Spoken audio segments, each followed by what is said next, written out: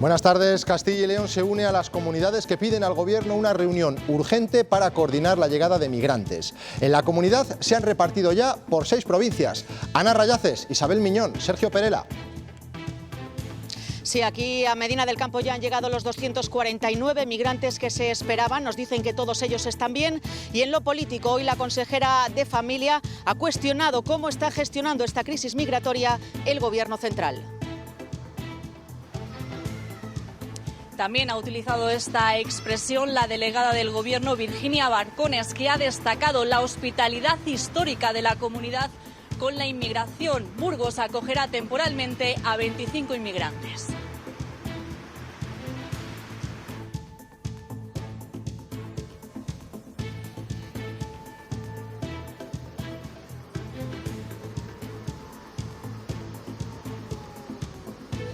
En total son 395 inmigrantes los que se han distribuido por Castilla y León. Segovia va a acoger también un número parecido al de otras capitales de provincia, 25 personas, a excepción, eso sí, de Soria, Palencia y Zamora.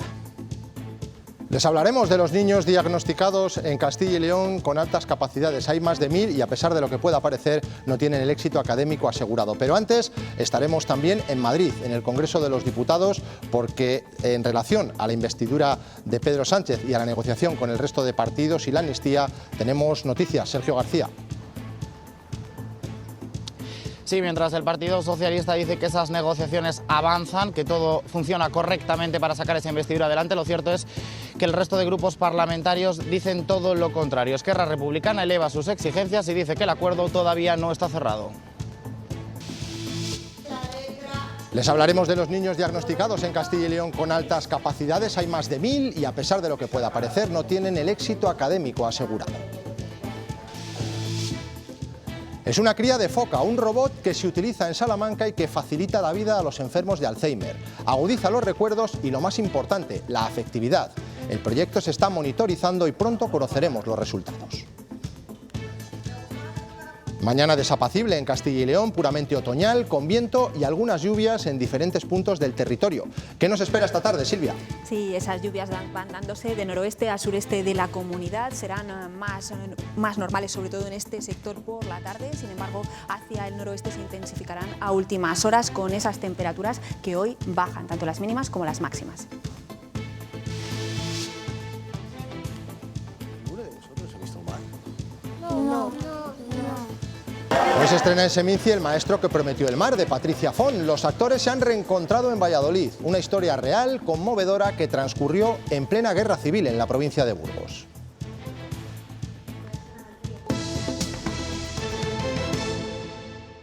Varias comunidades autónomas han mostrado su malestar por la gestión de la crisis migratoria que está realizando el Gobierno de la Nación. Medina del Campo, en Valladolid, ha sido de las primeras esta semana en recibir a un importante grupo de subsaharianos procedentes de Canarias. La Junta ha reiterado hoy la falta de coordinación y organización y ha pedido medidas. Ana Rayaces.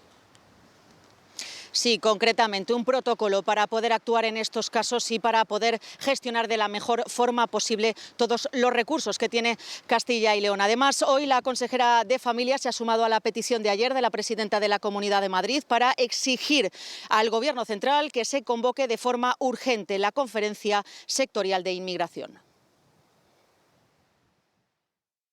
No pueden seguir siendo desleales con este Gobierno de la Junta como lo han sido hasta este momento. Por eso exigimos esa convocatoria urgente, que la convoque a la mayor brevedad posible, que la convoque en 48 horas.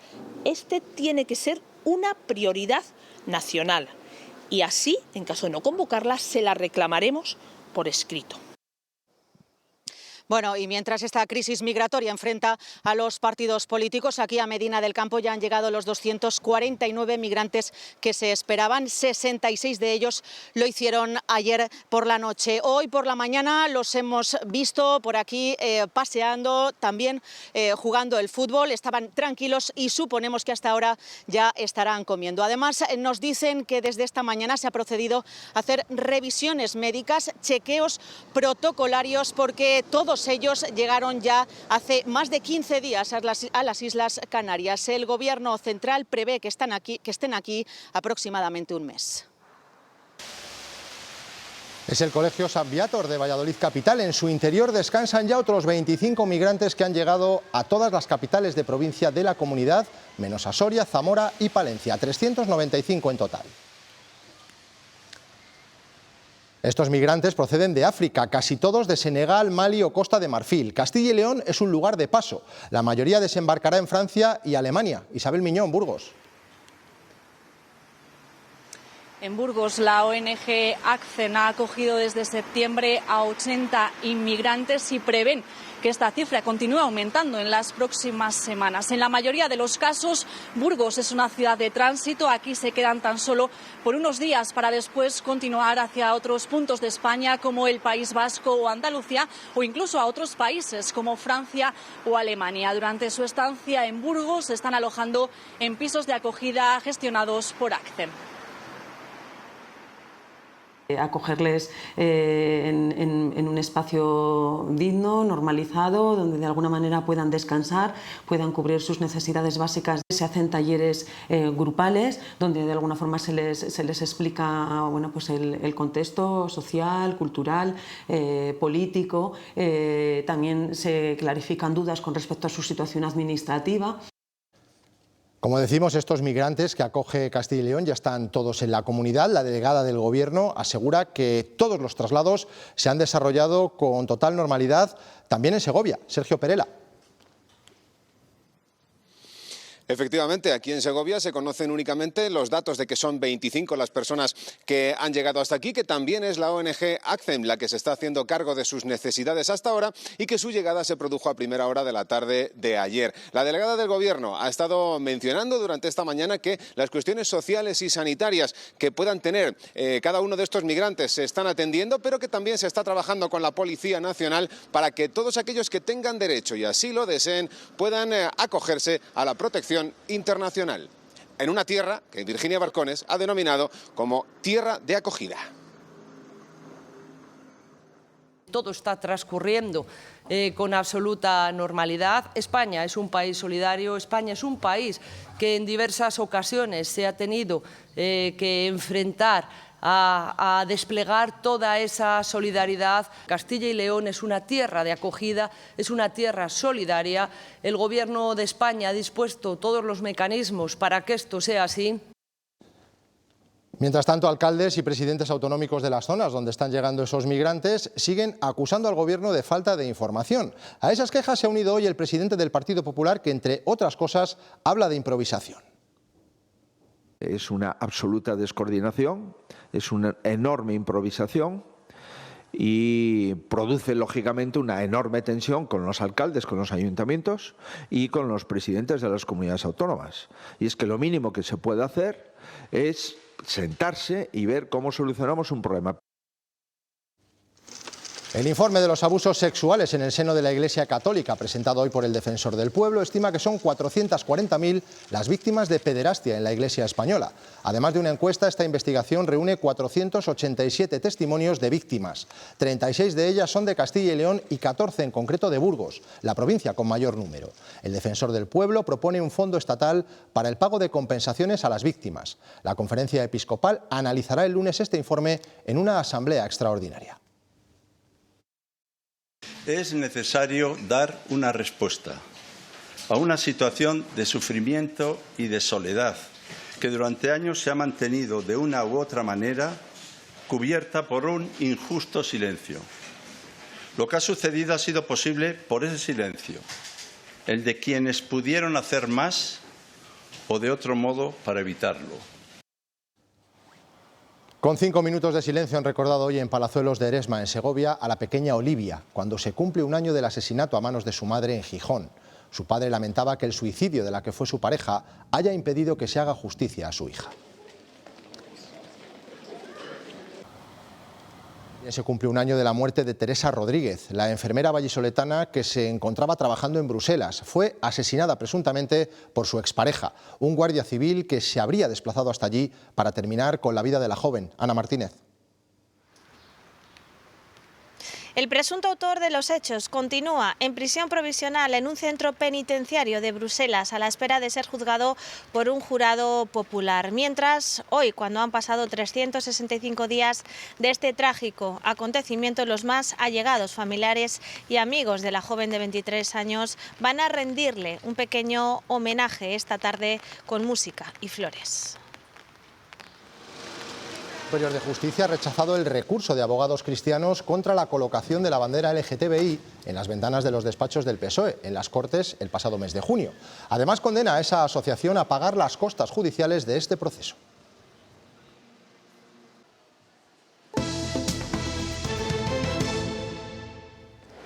El presidente de la Junta ha visitado esta mañana el Grupo Antolín, la gran multinacional de Castilla y León de la industria auxiliar de la automoción que se encuentra ubicada en Burgos. El sector está pendiente de la resolución de la segunda fase de los fondos europeos para el coche eléctrico.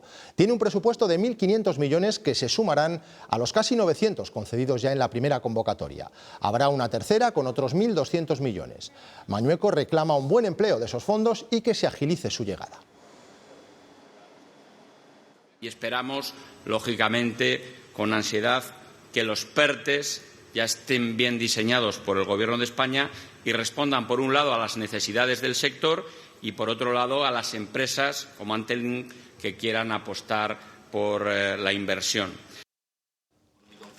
Esta mañana ha tomado posesión el nuevo gerente del ECIL, Álvaro Ramos Catalina. Es uno de los pasos en la reforma del Servicio Público de Empleo de Castilla y León, al que seguirán la reforma de la ley y la renovación del reglamento del ECIL. Se espera que el proceso esté concluido en 6 meses.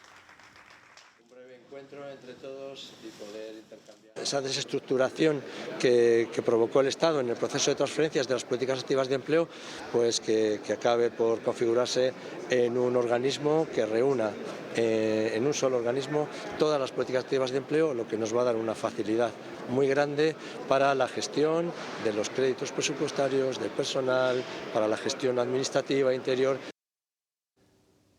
La Junta ha vuelto a denunciar el ninguneo del Gobierno hacia Castilla y León respecto al corredor atlántico. Critica que se haya reunido con otras comunidades y no con la nuestra y que todavía no se conozca el plan director que fijará un calendario y las actuaciones.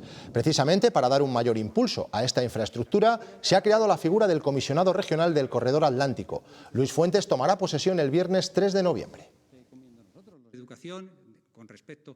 Una figura que lo que va a hacer es impulsar las relaciones con las distintas instituciones y agentes para que ese plan director recoja todas las demandas que tenemos en Castilla y León.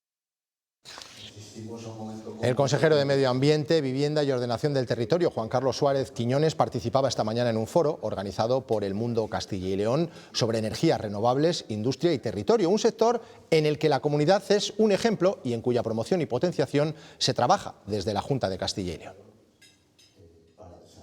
Tanto es así que ahora mismo Castilla y León genera un 55% más de energía renovable de la que consume, del consumo total de la energía de Castilla y León. Somos exportadores de energía, como lo hemos sido siempre, ¿no? Somos, por tanto, la primera comunidad en generación de energía y en exportación, en llevar fuera de nuestra frontera de la comunidad la energía.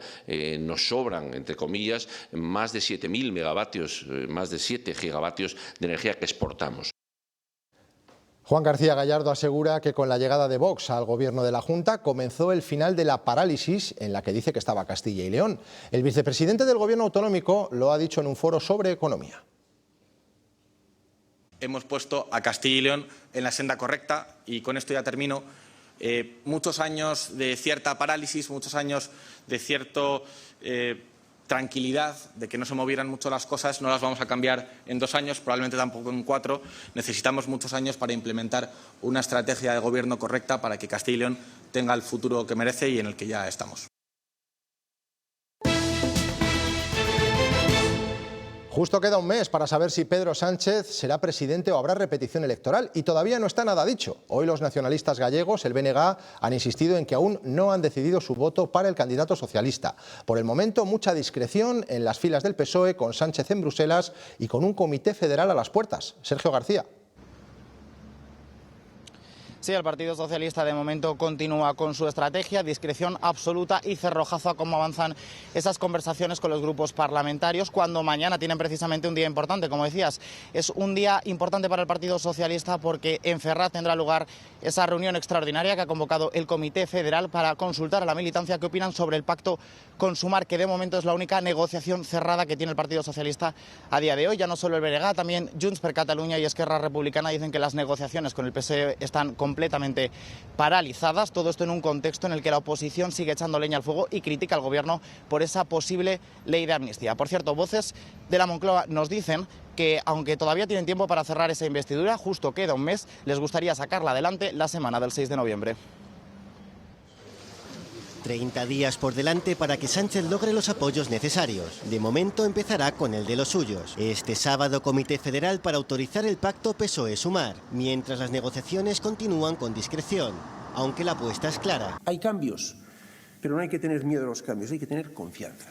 Y hay momentos y hay decisiones que se tienen que tomar no pensando en la elección de pasado mañana ni la del mes que viene, sino pensando en varias generaciones por delante. Y eso pasa también por la amnistía, o lo que es lo mismo para Felipe González, que el Estado sea quien pida perdón. El perdón es el indulto.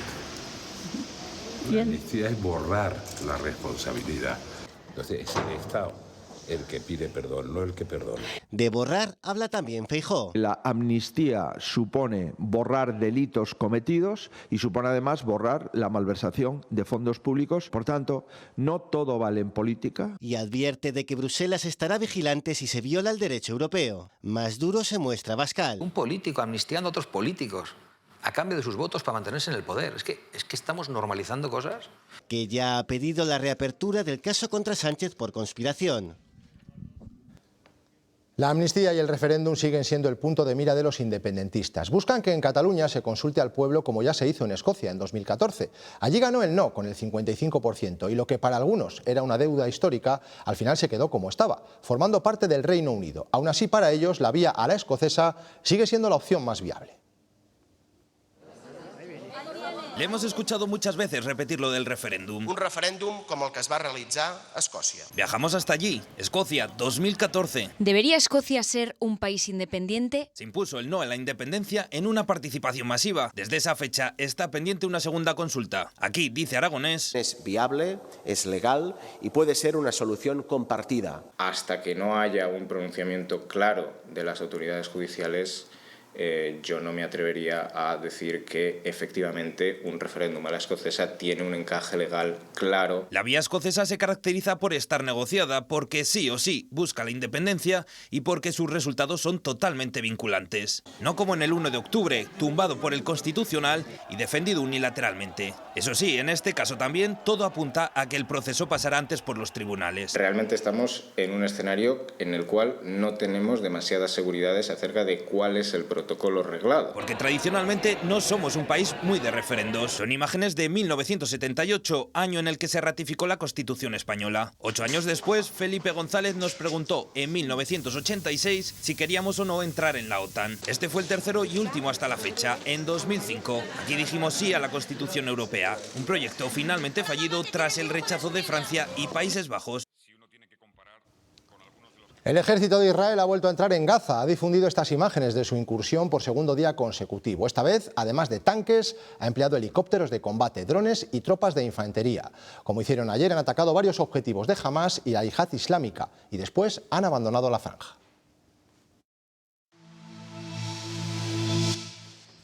Nuestra economía se desacelera. El Producto Interior Bruto creció en el tercer trimestre un 0,3%. Es una décima menos que en el trimestre anterior y se debe sobre todo a la notable caída de las exportaciones y de las importaciones. También se frena el consumo de los hogares.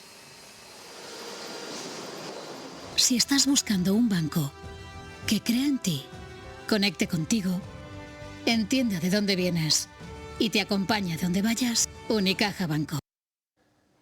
El precio de la carne del pollo se podría triplicar con la nueva ley de bienestar animal. Lo mismo sucedería con el porcino o la cría de conejos y muchas pequeñas y medianas granjas tendrían que cerrar por dejar de ser viables. Comprar carne de pollo por menos de 3 euros el kilo podría ser cosa del pasado. La pechuga, pues por ejemplo, sería como comprar un chuletón de ternera. La nueva normativa europea plantea más espacio para los animales. Pasaríamos de dejar de criar a 33 kilos metro cuadrado a 11 kilos. Lo que ahora mismo metemos en una nave lo tendríamos que repartir entre las 3. Se criaría un animal donde ahora se crían 3, lo que triplicaría el precio del producto final, normativa que también afecta al porcino o la cría de conejos. Dos posibilidades: o aumentas el espacio y haces una granja a mayores, y eso lleva unos costes enormes, o reducir el censo. En esta granja de cerdos, donde ahora hay 16 parideras, tendría que haber 12. Adaptar este espacio y construir naves nuevas supondría una inversión que muchas granjas no se podrían permitir. En una granja de 1.200 madres estamos hablando de $500.000 de coste económico transformarla para ese sistema. Esta normativa, cumple con todos los aspectos para acabar cerrando granjas y acabar un poquito con el sector primario. Desde COAC denuncian las consecuencias que tendría. Defienden que ya se cumple toda la normativa sanitaria y que esto provocaría la entrada de más carne de fuera de Europa, donde no se exigen normativas tan estrictas. Hasta septiembre en Castilla y León se concedieron más de 14.000 permisos por nacimiento de un hijo. Supusieron 101 millones de euros. También se tramitaron algo más de 2.000 excedencias para cuidar de un familiar. Y fueron en femenino. Casi el 90% de ellas las solicitaron mujeres.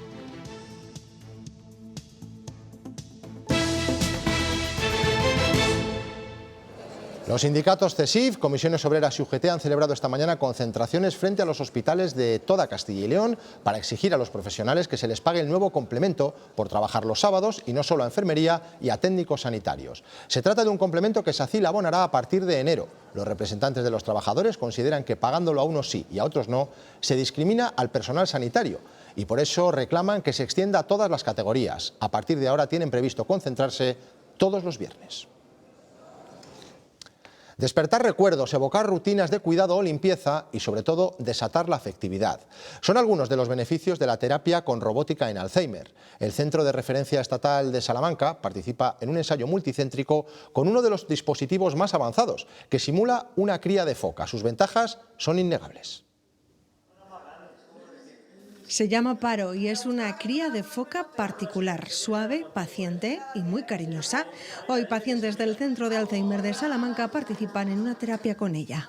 El tacto que tiene y cómo ella reacciona a los movimientos de las manos.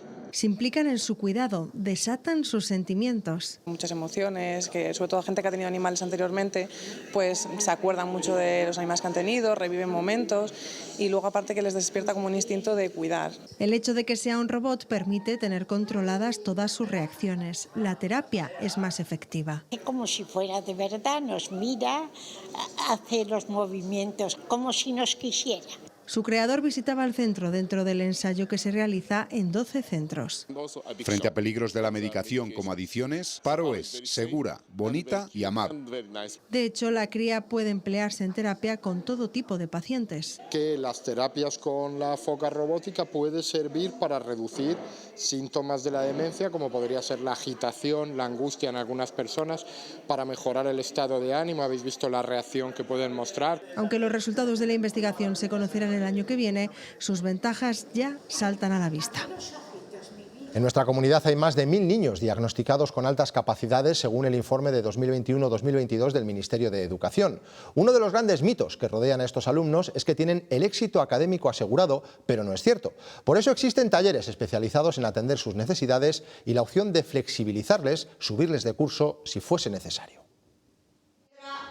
En nuestra comunidad, este 2023 se le ha concedido la flexibilización a 8 alumnos. Si estos niños pasan con compañeros mayores, tendrían más facilidad de sociabilizar con personas más afines a ellos. Pero no siempre es la solución. Muchas veces los alumnos de alta capacidad, pues tú piensas que tiran solos, porque es verdad que no tienen una carencia que haga pensar que, o sea, una carencia académica que haga pensar que vayan a fracasar, pero ojo, pueden fracasar también. Cada caso es único. Intereses muy elevados sobre algún tema, mucha profundización. También es verdad que podemos ver baja motivación, aburrimiento, falta de interés, es decir, que tenemos como un poco la contraposición. La persona con alta capacidad siente mucho las emociones y puede pasar el niño o la niña del día más feliz de su vida al día más triste en cuestión de minutos. Para intentar atender de una mejor forma a estos niños, nuestra comunidad cuenta con talleres extracurriculares destinados a los alumnos con altas capacidades. El curso pasado participaron 668 colegiales.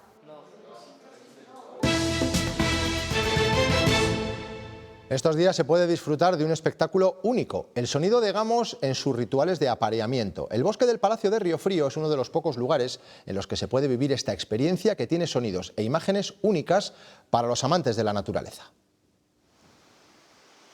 Pues en este bosque del Palacio Real de Riofrío hemos tenido la oportunidad de escuchar la ronca, el sonido que emiten los gamos para atraer a las hembras. Un sonido único que solamente se puede disfrutar en estos momentos con la llegada del otoño y las primeras lluvias. Entre aplausos llegaba el veterano director británico Ken Loach a la presentación del Viejo Roble, el que será previsiblemente su último largometraje. Un drama de corte social que aterriza en la Seminci y que muestra los problemas de un barrio obrero en el noreste de Inglaterra con la llegada de inmigrantes sirios. Cuando no hay trabajo, cuando la comunidad se ve abandonada, cae en la desesperanza. Y cuando cae, es cuando la extrema derecha entra en escena y a quien hay que echar la culpa es a los inmigrantes. En Seminci hoy se estrena El maestro que prometió el mar. Rescata la historia de un profesor de Bañuelos de Bureba poco antes de la Guerra Civil. Parte de la película se rodó en Burgos y hoy hemos asistido al reencuentro de sus actores. ¿Ninguno de vosotros ha visto el mar? No. Cerca de 2 años separan el rodaje de este encuentro, posible gracias al estreno en Seminci del maestro que prometió el mar. Patricia Font es su directora. Habla de un personaje, Ariadna, que a raíz de la exhumación de la fosa de la Pedraja en 2010, que es un hecho real, empieza a buscar los restos de su bisabuelo. Basada en la novela de Francesc Escribano, cuenta la historia real de Antoni Benalles, un maestro de Tarragona que ejerció en una escuela de Bañuelos de Bureba en Burgos poco antes de la Guerra Civil. La cosa idealista de pensar que se podía cambiar la sociedad a través de la educación. Vemos la importancia que había de poder rodar algunas partes allí porque no se podían falsear en otras partes, sobre todo especialmente ese paisaje tan peculiar de la Bureba, ¿no? Esas llanuras, ese cielo. La película es un homenaje a los maestros republicanos. Yo le he puesto mucho cariño y como una energía bonita he intentado, ¿no? Y de alguna manera espero que eso llegue, que llegue el sentido de que este personaje está bien explicado. Que la gente se emocione, que sobre todo invite a reflexionar, a recordar. La lucha de tantas familias que aún buscan a los suyos enterrados en fosas comunes. A mí me han dicho que debe de ser muy grande y muy hondo. ¿Y los demás cómo os imagináis el mar? Es donde cogen toda la merluza. Y el bacalao. Y los tiburones. Que sí, que me lo ha hecho mi padre. ¿Y qué más? ¿Qué más sabéis? Les hablamos ahora de Miguel de Unamuno, que fue asesinado. La tesis cobra cada vez más fuerza. Una nueva publicación saca a la luz que la visita en la que murió el pensador en extrañas circunstancias no la realizó una sola persona, sino 2. El libro sostiene que ese segundo visitante, hasta ahora oculto, fue su ejecutor por orden de Franco. Miguel de Unamuno falleció en su casa el 31 de diciembre de 1936. Oficialmente ese día había recibido la visita de Bartolomé Aragón y mientras hablaba con él le habría sobrevenido la muerte.